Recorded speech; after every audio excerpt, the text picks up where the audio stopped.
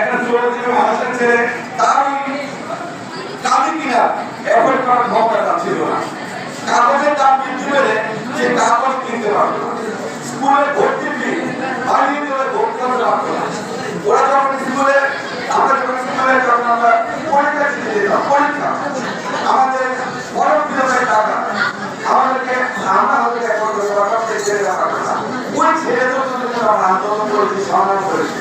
সারা বাংলাদেশের মেহনত মানুষের সব বাংলাদেশের সুশিক্ষা শিক্ষিত হবে, তারা যেন শিক্ষা ব্যবস্থা পায়, তারা যেন শিক্ষার অধিকার পায়, সেই জন্য আমরা আন্দোলন করতে স্মরণ করে। আমাদের শরীরে অনেক পুলিশের বাড়ির টাকা, আমাদের জীবন কিন্তু আমরা মধ্যে ছিল না। আমরা টাকা নির্যাতিত হয়েছি, তোমার অধিকার করতে পারবে।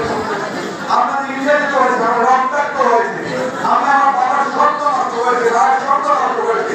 তোমাদেরকে একটা সুন্দর বাংলাদেশ হবে, যে বাংলাদেশে আজকে জীবনের ভাইকে তুমি একজন নিজের ধন্যবাদ করছো, তোমার বাবা মার স্বপ্ন থাকতে করছো।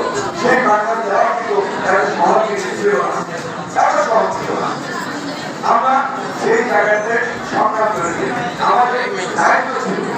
বর্তমানে সরকার সারা বাংলাদেশ প্রতিষ্ঠিত করতে হবে, গণতন্ত্র আনতে হবে, আমাদের ছাত্রদের অধিকার প্রতিষ্ঠিত করতে হবে, বঙ্গবন্ধু সারা বাংলাদেশ করতে হবে, সুনাম সন্তান তৈরি করতে হবে।